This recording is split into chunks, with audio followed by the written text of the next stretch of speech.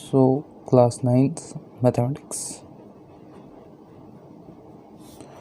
In our earlier class we have done exercise 6.2, and into that exercise I have given you two questions for homework. That was question number 3 and question number 4. So question number 3 अभी हम देख लेते हैं, फिर question number 5 भी हम देखेंगे. So question number 3 में हमको दिया है कि in figure 6.30, if AB is parallel to CD and EF is perpendicular to CD and angle GED is equal to 126 degrees, find angle AGE, angle GEF and angle FGE. So let's draw the figure so that you can understand it very well.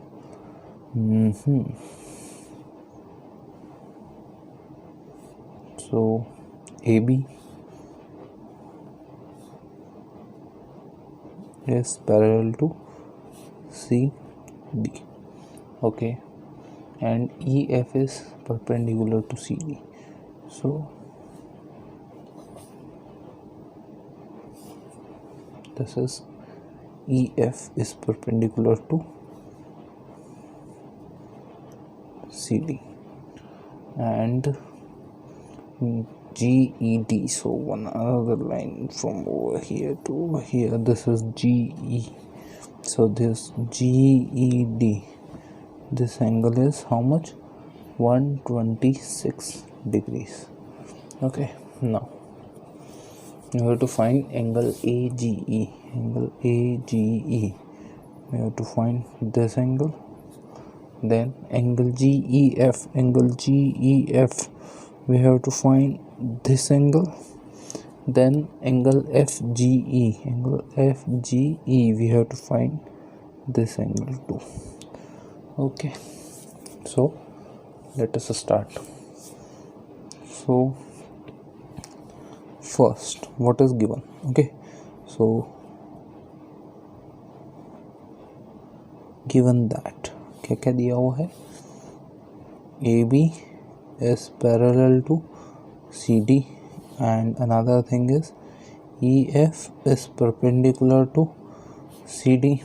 Okay, so now AB is parallel to CD and जो हमारी ये line है GE and GE is a transversal.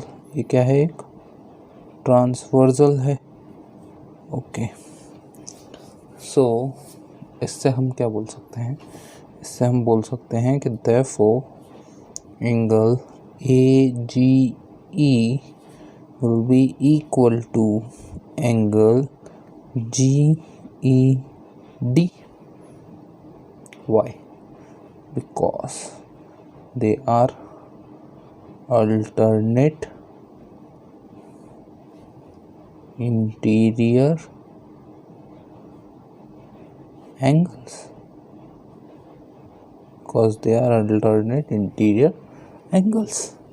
So और हमको पता है. Okay, and what? But since angle GED is equal to 126 degrees. क्यों? क्योंकि दिया हुआ है, it's given.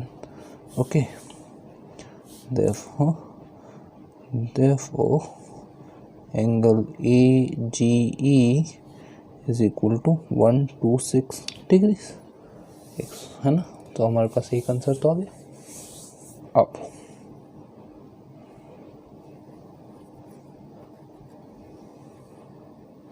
अब हमको एक और दूसरी चीज़ पता है.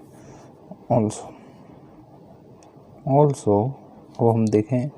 सो हमारा ये जो एंगल है GEF, तो हम बोल सकते हैं कि GEF plus FED is equal to GED. बोल सकते हैं ना? तो हम ऐसे ही बोलते हैं angle GEF plus angle FED is equal to angle GED. है ना? अब है ना, बट फिर वहाँ पे आ जाएगा but angle GED is equal to 126 degrees and angle FED is equal to 90 degrees. क्यों? तो दोनों के पीछे लिख देना. This is given and this is since EF is perpendicular to CD, क्योंकि EF जो है वो CD के परपेंडिकुलर है, इसीलिए ऐसा होगा. ओके, नाउ फिर this implies that angle GEF is equal to angle GED minus angle FED, जो कि क्या है 126 degrees minus 90 degrees. This implies that angle GEF is equal to how much? This much. Okay, and what that implies? That implies that angle GEF is equal to how much? 36 degrees. Okay, very good. अब फिर हम लोग देखते हैं that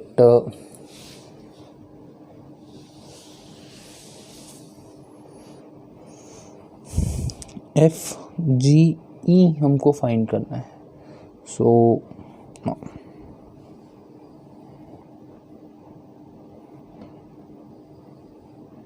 now AB is a straight line. Okay, AB is a line. Therefore क्या हो जाएगा, क्योंकि AB एक लाइन है, सो जब AB एक लाइन है तो इसका मतलब हो जाएगा हमारा कि जो एंगल AGE है और ये जो एंगल EGB है या EGF है वो क्या हो जाएगा, इन दोनों का प्लस कितना होएगा 180 degree. So angle AGE plus angle EGF is equal to 180 degree है ना. एंड हमको पता है AGE तो हमने ढूंढ लिया है, हाउ मच 126 डिग्री. सो हम लिख देंगे this implies that angle EGF is equal to 180 degrees minus angle AGE है ना. Now this implies that angle EGF is equal to 180 degrees minus 126 degrees. Okay, क्यों 126 डिग्रीज? क्योंकि हम लोगों ने ऑलरेडी ढूंढ चुके हैं, ये तो हम लोगों को पता है. Okay, we have already find this. तो यहाँ पे लिख सकते हैं कि since angle AGE is equal to 126 degrees. Okay, and angle EGF is equal to 180 minus 126, so that will be 54 degrees. Okay, फिर इसका आंसर लिखना रहेगा हमको दस, है ना. हम लोग से क्वेश्चन में जिस हिसाब से पूछा बिल्कुल angle AGE is equal to 126 degrees comma, ये डिग्री है ना ऊपर की साइड में, angle GEF is equal to 36 degrees and angle which one FGE और EGF एक ही बात हो जाएगी है ना, इज इक्वल टू 54 डिग्रीज. ये हमारा आंसर है. Okay, so that's it. Question number now question number 5th. So what was question number 5th? Let's see. Question number 5th was in figure 6.32, if AB is parallel to CD and angle APQ is 50 degrees. Okay, so and angle PRD is equal to 127 degrees. Find X and Y. So 5th. Okay.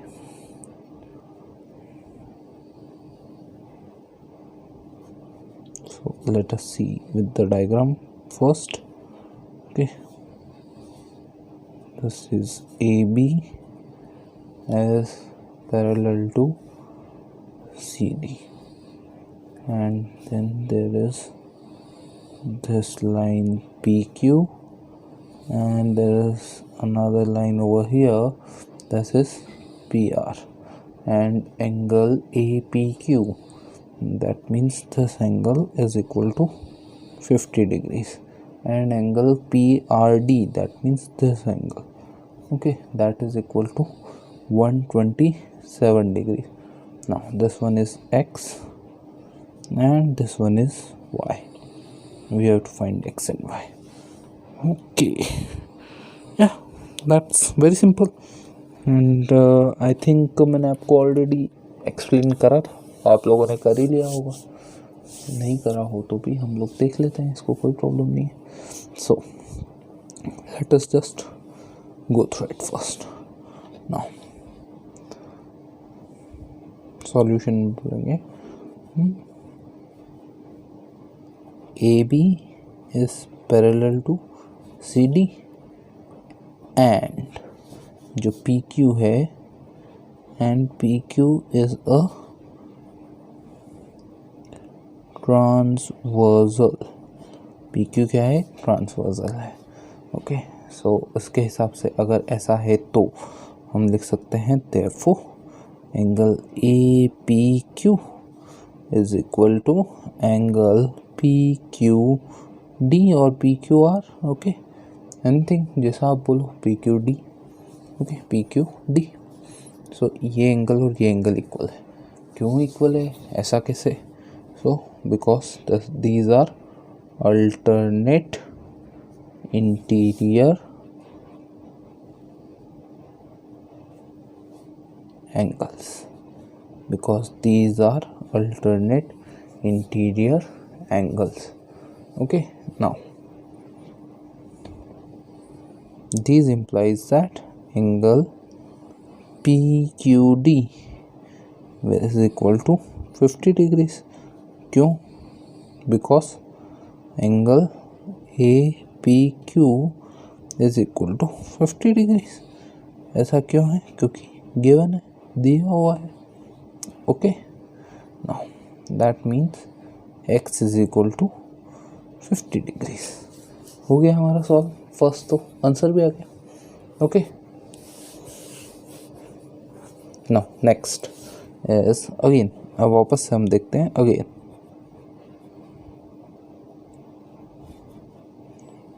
AB is parallel to CD and now this time this PR is a transversal. PR is a transversal. Okay, and PR is a transversal. So what would then be?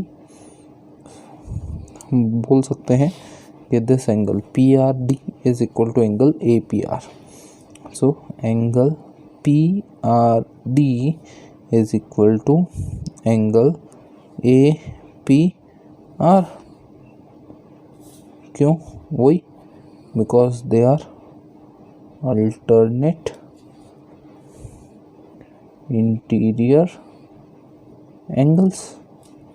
Okay, because these are alternate interior angles. Now angle PRD के तो हमारे पास value दी हुई है. So therefore angle this implies that angle APR यहाँ पे लिख भी सकते हैं हम, but angle PRD is equal to 127 degrees. क्यों? क्योंकि ये दिया हुआ है, given. So angle APR is equal to 127 degrees, है ना. ऑल्सो यहाँ पे कर लेते हैं ऑल्सो. हमको और भी पता है ऑल्सो. हमको पता है कि angle APQ plus angle QPR is equal to angle APR. देख लेते हैं यहाँ पे angle APQ plus angle QPR is equal to angle APR. बराबर है. Okay, so this implies that angle QPR is equal to angle APR minus angle APQ. Okay, फिर but angle APR is equal to how much? 127 degrees, and angle APQ is equal to how much? 50 degrees. So कर लेते हैं, angle QPR is equal to 127 degrees minus 50 degrees. So this implies that angle QPR is equal to how much? 127 minus 50, that is 77 degrees. So write down the answer. Thus, okay, यहाँ पे ये हो जाएगा y is equal to 77 degrees. Thus x and y are how much? 50 degrees and 77 degrees respectively. That's it. That's our answer. So I hope आप लोगों के भी यही आंसर आए होंगे, आप लोगों ने इसको इसी प्रकार से सॉल्व करा होगा, और आप सभी के यही आंसर देखने को मिले होंगे. तो हम लोगों ने यहाँ पे हमारा एक्सरसाइज 6.2 जो है कंप्लीट होता है. सो दैट्स इट गाइस, अभी के लिए इतना ही. नेक्स्ट हम लोग एक्सरसाइज 6.3 को देखेंगे. हमारे एक्सरसाइज 6.3 में हम लोग उससे पहले थ्योरम एक देखेंगे हम, और उसके बाद हम फिर उस थ्योरम्स के बाद में हम इस एक्सरसाइज को सॉल्व करेंगे.